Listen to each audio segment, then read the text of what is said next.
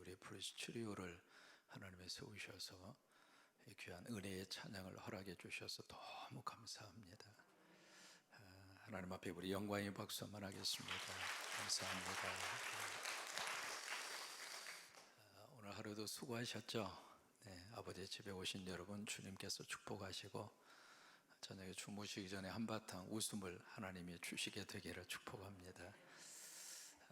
우리 사사라고 하는 이 사사들이 통치하던 그 시대가 역사적으로 약 한 350년 정도 사사들이 통치하던 그 시대가 있었습니다.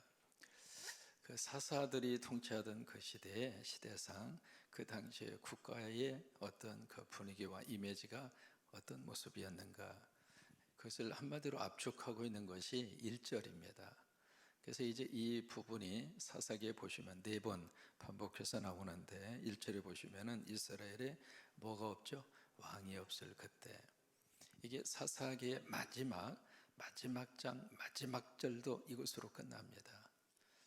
그럼 여기 이제 왕이 없었다고 하는 것은 두 가지의 의미를 가지고 있는 거죠. 첫째는 정치적인 왕이 없었다, 그 의미를 가지고 있고요. 두 번째는 그것을 훨씬 더 뛰어넘습니다. 여기 왕은 누구냐면 하나님이십니다.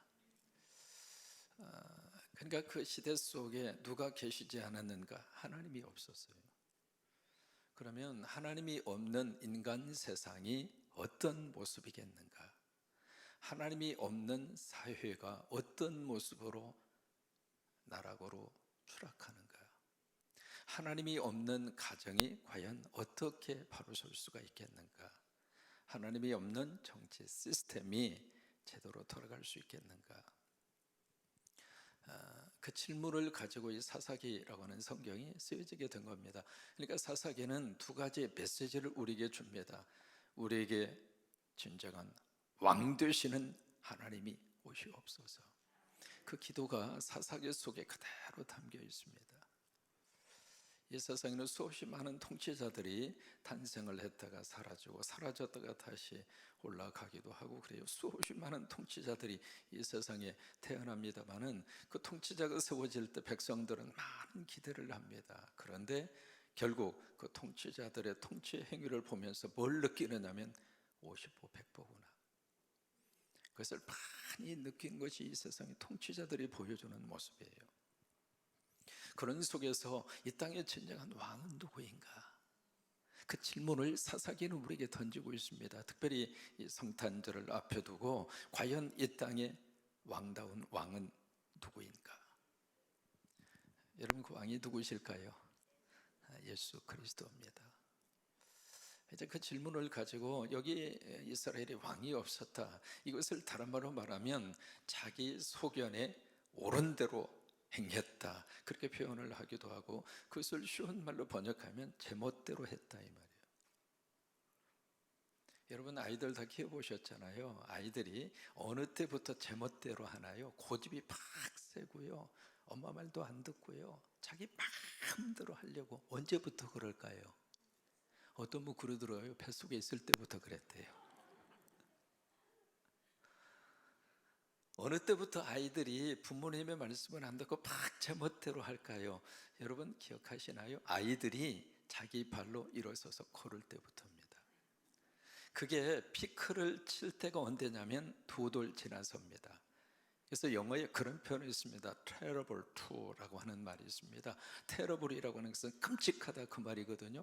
2살만 먹으면 끔찍하다는 거예요. 진상도 이런 진상이 없을 정도로. 이게 그때부터 자기 막무가내식으로 하고 싶은 거예요. 제멋대로 하고 싶은 거예요. 오늘 이 사사기 여러분 이제 9절까지 읽으셨습니다만은 이 19장 전체의 내용을 보면 도대체 이런 일이 있을 수 있을까? 끔찍하기 이를 데 없는 그런 사건들이 오늘 이 본문 속에 그대로 전부 다 노출이 되어져 있습니다. 어떻게 성경 속에 이런 내용을 기록할 수가 있을까 싶을 정도의 그런 내용들이 이 사사기 19장 속에 마지막 절까지 쭉 기록을 하고 있습니다. 무엇을 보여주고 있는가? 하나님 없이 제멋대로 사는 인간이 어떤 모습으로 사는가? 우아래도 없고요, 윤리와 도덕도 땅에 떨어져 버렸고요. 가정도 완전히 그냥 파괴가 되어 버리고요. 결국 인간이 아니라 짐승만도 못한 그런 모습으로 살더라 이 말이에요. 그래서 이제 그런 모습을 사사기 29장이 어떤 의미에서 우리가 읽기에 불편할 정도의 그런 내용까지라도 오늘 성경 속에 그대로 담고 있는 이유가 바로 그겁니다. 1절에 보시면 한 사람이 등장을 합니다. 특징이 이 사사기 29장에는 이름이 안 나옵니다. 모두가 다 익명으로 처리합니다.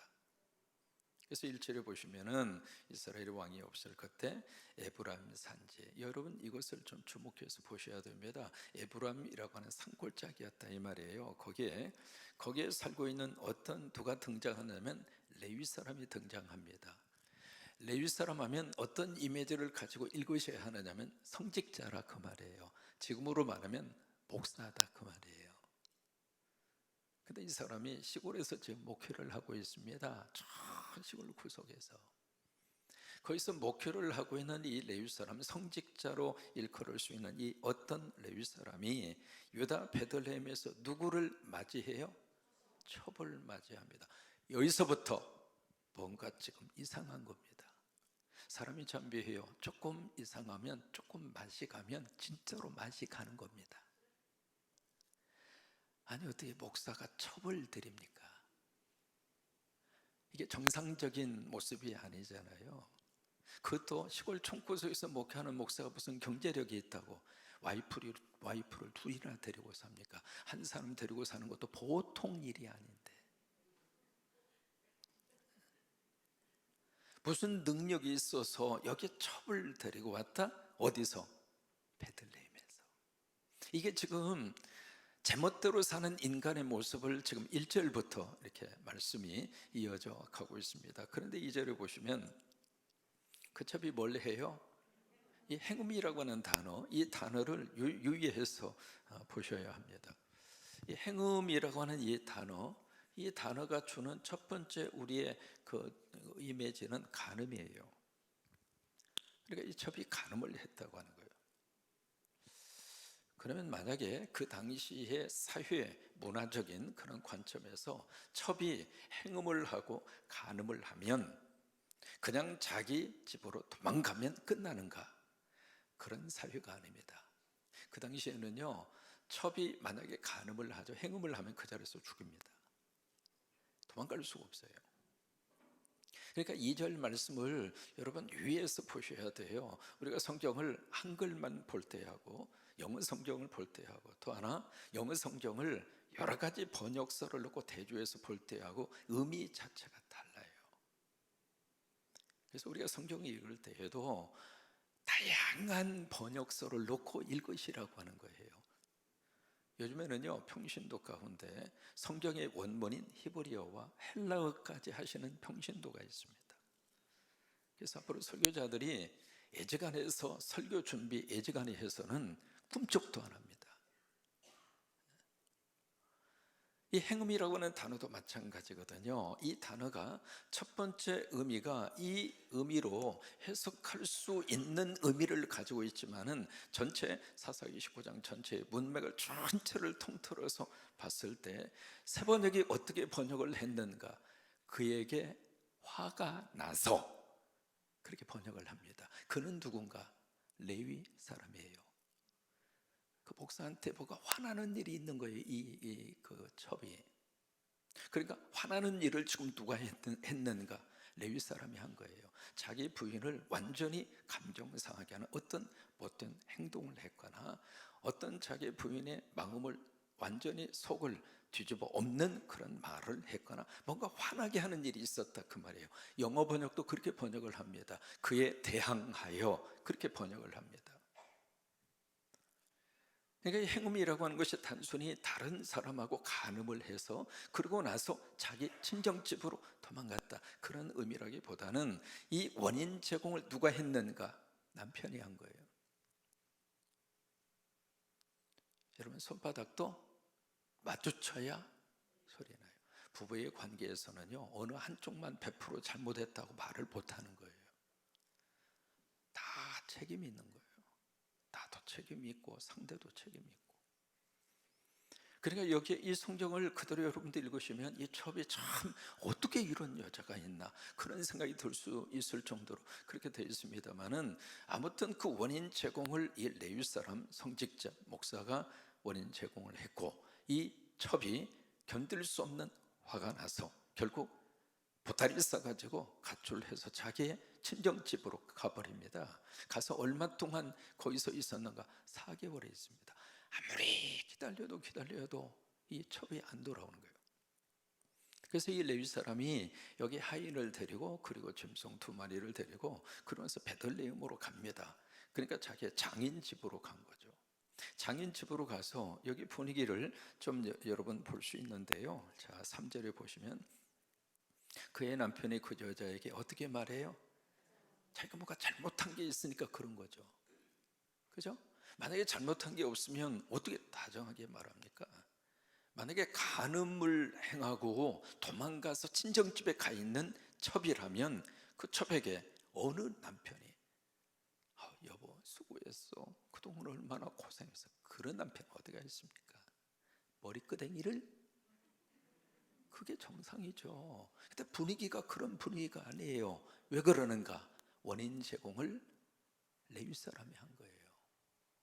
그래서 이제 가서 자기가 한 짓도 있고 그러니까 가서 다정하게 그렇게 말을 합니다. 그리고 이제 그를 데리고 오려고 해요. 그러니까 그 장인이, 여자의 아버지가 나오잖아요. 그 장인이 자기 사위를 보고 너무 기뻐합니다. 왜요? 자기 딸한테 와줬잖아요. 자기 딸한테 와준 이 사위가 너무 고마워서 그때부터 3일 동안 풍성하게 사위에게 대접을 합니다. 왜요? 사위는 100년 손님이에요. 그래서 씨암탉도 잡고, 씨암탉 잡아서 거기다가 산삼도 집어넣고 푹 와서 사위님을 잘 대접해 드린 겁니다. 누구 위해서 대접했을까요? 사위가 이뻐서요? 물론 그런 것도 있습니다만 딸을 생각해서. 여러분, 그게 딸을 가진 부모의 심정이라 이 말이에요. 사위에게 잘하면 사위가 딸한테 잘해주잖아요. 그렇죠? 그러면 이제 내 딸도 마음 편하게 살 수 있고 사랑을 받으면서 살 수도 있고, 그러니까 시집을 보낸 부모 입장으로서는 이 사위에게 잘 해줘요. 그러면서도 이게요, 가까워질 수 없는 사이. 그래서 100년 사위라고 하는 거예요. 가까이 하기엔 너무 먼 당신. 그래서 대답을 잘 해줍니다. 잘 먹고 그러면서 가려고 그러는데, 이 레위 사람이 이 장인 어른이 벌써 가려고 그러냐고, 조금 더 잡수시고 가라고. 그래서 이제 계속 먹고 마시고 그렇게 해요. 그래서 그렇게 하다가 결국 자기가 왔던 자기의 고향으로 돌아갑니다. 돌아가는데 가다가 보니까 완전히 이제 해가 졌습니다. 그래서 거기 여부수라고 하는 그곳, 여부수를 지금으로 말하면 예루살렘입니다. 근데 사사기 시대에는 그 예루살렘이 이방인 땅이었어요. 여부수 족속이 차지하고 있었던 이방인 땅이거든요. 그러니까 해가 져서 그 이방인 땅에서 유숙하기가 싫어서 어디로 갔느냐면 이스라엘 땅 기브온이라고 하는 곳까지 무리해서 거기까지 가요. 거기까지 가서 뭔가 이렇게 유숙할 때를 찾는데 지금처럼 뭐 여관이 있는 것도 아니고, 그래서 낯선 이방인이, 낯선 이 손님이 뭔가 이렇게 찾으려고 하는데 한 사람도 이 사람에게 환대하는 사람이 없는 거예요. 여러분, 유대의 풍속은요, 낯선 손님은 하나님이 보내신 사자라 그렇게 믿었어요. 그래서 낯선 사람을 참 환대합니다. 지극정성으로 보호하고요. 여러분, 그게 하나님 말씀이에요. 여기에 한 사람도 없다는 이야기는 그 사유 속에 하나님의 말씀이 사라졌다 이 말이에요. 그러니까 하나님의 말씀이 없으니까 우리도 마찬가지입니다. 하나님의 말씀을 우리가 듣습니다마는 그 말씀이 내 속에서 살아 움직여야, 그래야 하나님 말씀이 내 속에 있는 거예요. 근데 그 당시에 하나님의 말씀은 알고 있었지만은 말씀이 적용되거나 말씀이 구체화되지 않았습니다. 그래서 여러분, 갈 데가 없는 거예요. 그래서 막 방황하고 있는데 노인 한 사람이 등장을 합니다. 등장을 해서 당신 해가 졌는데 길거리에서 지금 뭐 하고 있느냐고, 내 집에 들어가자고. 그래서 이 노인이 이 나그네를 지극정성으로 돌봐주는데 문제는 그때부터 터집니다.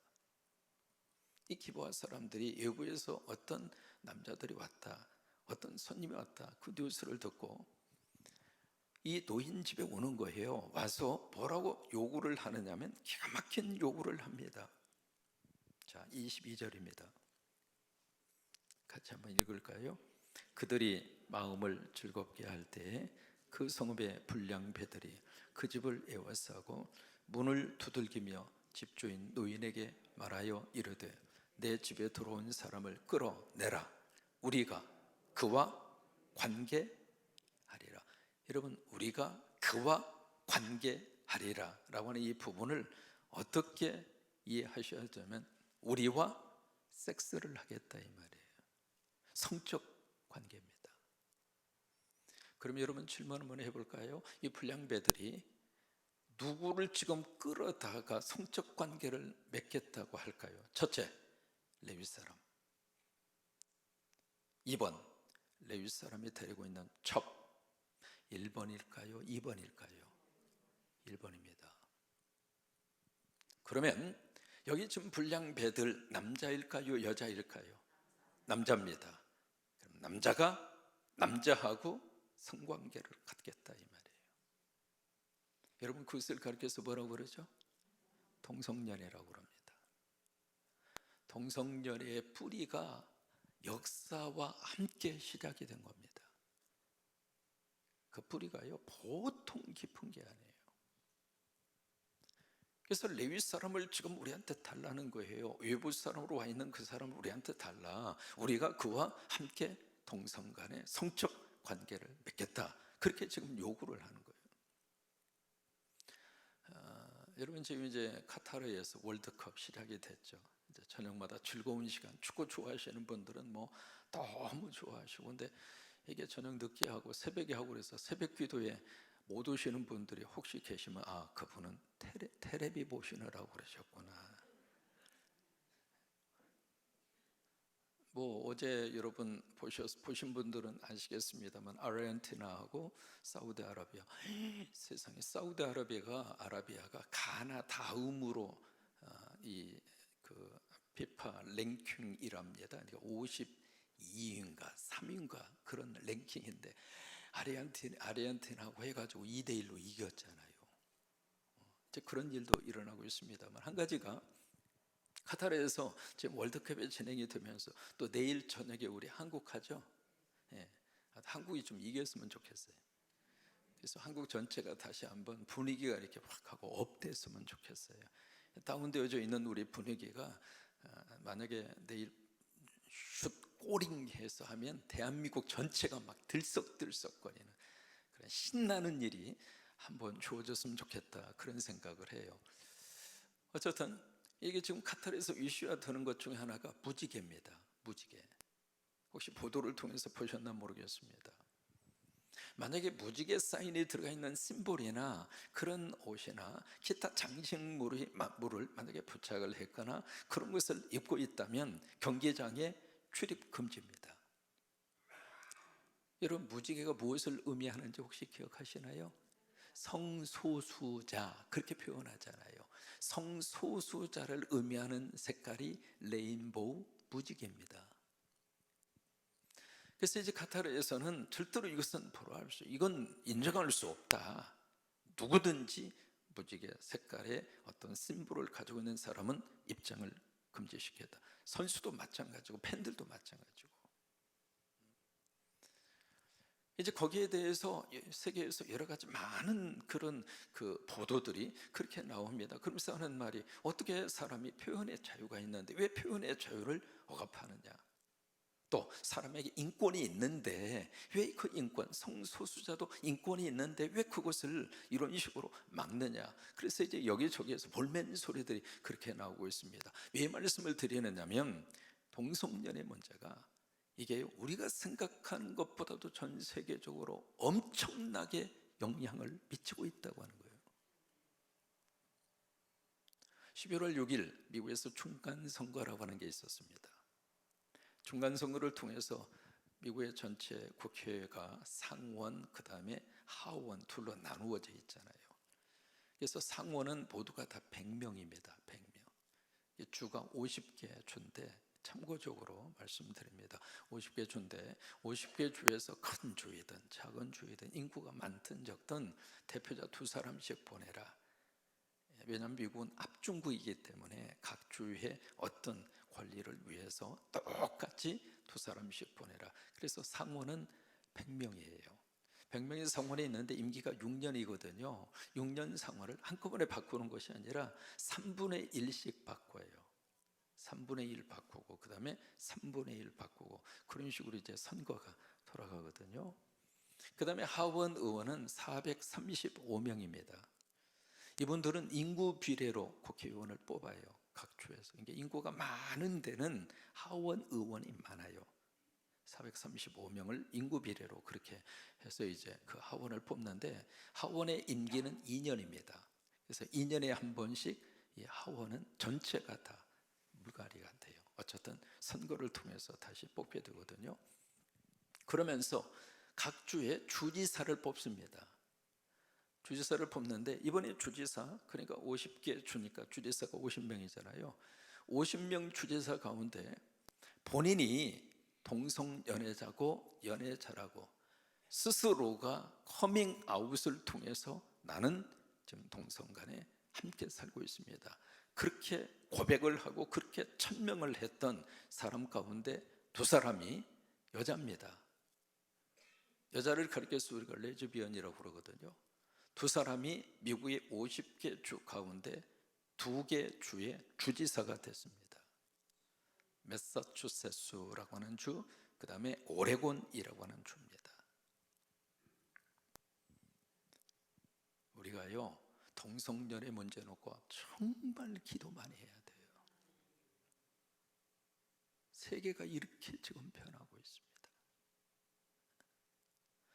그게 첫 번째 미국 역사 속에서 첫 번째 제1호 여자 레스비언 주지사입니다.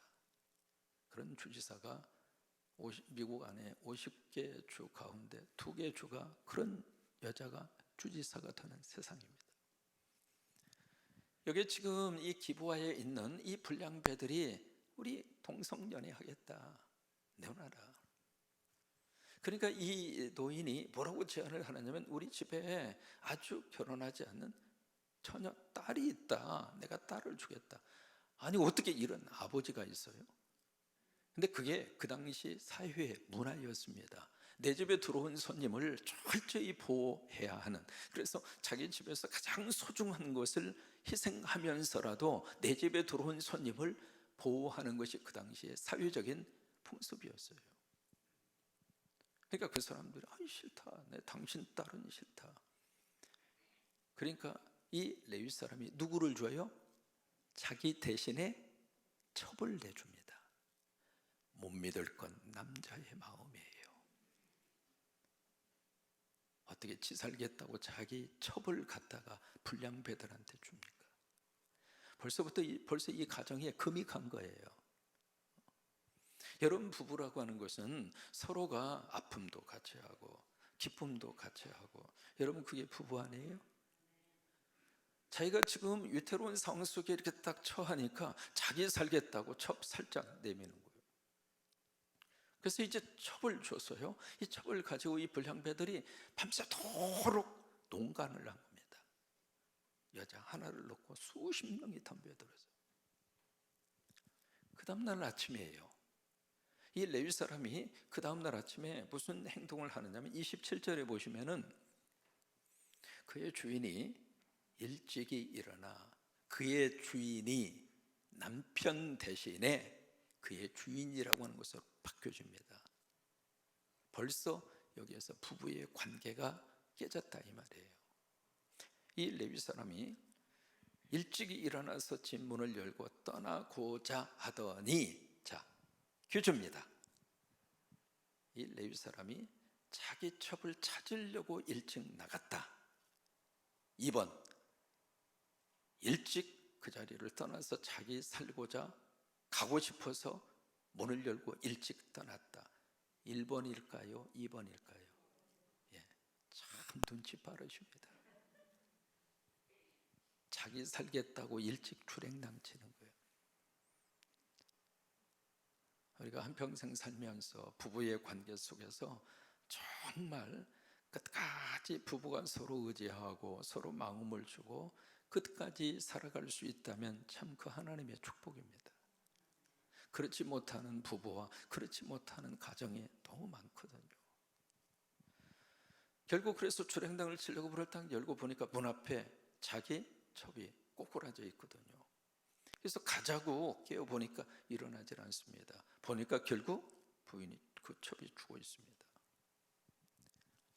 자기 동족의 보호를 받겠다고 여보스가 아닌 기브야에 와서 그렇게 머물렀던 자기인데 어떻게 자기 동족이 밤새도록 자기 첩을 가지고 놀다가 죽을 수 있느냐.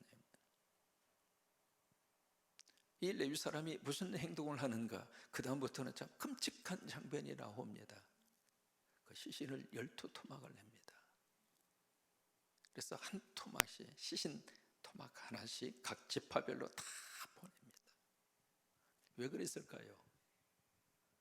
억울하다는 거예요. 지금 같으면 이 SNS를 하거나 카톡을 하거나 전화를 해서 도대체 세상에 이런 일이 있을 수 있느냐. 아무리 세상이 악하다 하더라도 어떻게 약속의 땅에 살고 있는 이 민족이 이럴 수 있느냐, 동족한테. 그러면서 이제 여론을 형성을 하고 그렇게 알리고 싶은데 알릴 수 있는 방법이 그때는 아무것도 없는 거예요. 그래서 자기의 억울한 사정을 참 끔찍하지만 이런 모습으로 알린 거예요.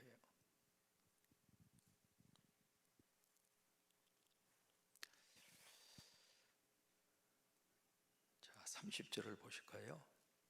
같이 한번 읽습니다. 그것을 보는 자가 다 이르되, 그것이라고 하는 것은 토막난 12토막의 시체입니다.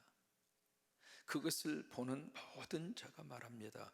이스라엘 자손이 애굽 땅에서 올라온 날로부터 오늘까지 이런 일은 일어나지도 아니하였고 보지도 못하였다. 도대체 어떻게다가 우리나라가 이 모양이 됐느냐? 어떻게 하다가 우리 국민들이 이렇게까지도 인간도 아니고 짐승 같은 짓을 할 수가 있느냐? 그 탄식입니다. 이 일을 생각하고 상의한 후에 말하자. 충격을 먹습니다. 오늘 이 성경은 왜 이 내용을 여기다가 우리에게 자세하게 기록을 하고 있을까?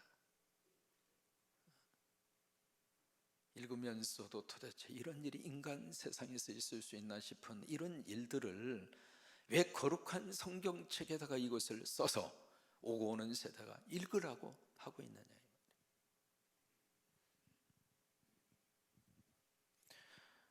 레위 사람이 우리에게 주는 의미가 있습니다. 여기에 레위 사람. 이 레위 사람의 의미는 어떤 의미냐면 종교입니다. 그리고 이 레위 사람이 가지고 있는 의미는 뭐냐면 바로 영혼입니다. 종교가 썩으면 그 나라는 희망이 없습니다. 그런데 다른 것이 좀 부족하다 할지라도 종교가 자기 역할을 감당하면 그 나라는 희망이 있습니다. 이 종교가 타락한 사회와 타락한 인간 세상이 어느 정도로 밑바닥의 모습을 보일 수 있는가? 어느 정도로 그 사회가 망가질 수 있는가? 그것을 우리에게 보여주고 있는 것이 사사기 19장입니다. 우리 개인적으로 우리가 적용을 하면 이 영혼도 영적인 문제도 마찬가지입니다. 그래서 요한 3서에 있는 말씀대로 내 영혼이 잘됨 같이, 그 다음에 범사가 잘되고, 그 다음에 세 번째 뭐예요? 강건하기를 원하노라. 거기에 모든 축복의 출발이 영혼이 잘 되는 거예요. 여러분, 영혼이 먼저 잘 되시기 바랍니다. 내 영혼이 하나님의 말씀으로 다 살아나시기를 바라고, 내 영혼이 하나님의 귀한 은혜로 충만하시기를 바라고, 내 영혼이 먼저 살아야 돼요. 영혼이 살면 그 다음에 우리가 원하는 대로 범사가 잘 되고, 그 다음에 건강의 복도 하나님이 주신다. 이 모든 것의 출발이 영혼입니다. 근데 이 영혼이 망가지면, 이 영혼이 썩으면, 이 영혼이 죽어버리면 그 다음부터는 짐승과 같은 행동을 하더라, 이 말이에요. 우리는 기도합니다. 하나님, 우리도 마찬가지고 우리나라도 하나님께서 영적으로 절대로 망가지지 않도록, 영적으로 썩지 아니하도록 하나님께서 도와주시기를 바라고, 하나님이 그렇게 역사하시기를 바라고, 영적으로 썩은 자들에게 나타나는 가장 중요한 성적 타락의 모습이 동성연애라고 하는 거예요. 그런데 이게 지금 차별금지법 여러분 많이 들어보셨잖아요. 이게 발의가 된 것이 벌써 15년, 20년 전입니다. 그때마다 한국교회가 그걸 막은 거예요. 그래서 이제 지금까지 그것이 국회의 문턱을 넘지를 않았습니다. 그런데 제가 미국에 가자마자 제가 속해 있었던 그 교단에 가장 먼저 이슈가 된 것이 동성연애 문제였어요. 벌써 그 당시에, 벌써 30년도 넘었죠. 벌써 그때부터 그랬어요. 절대로 포기 안 합니다.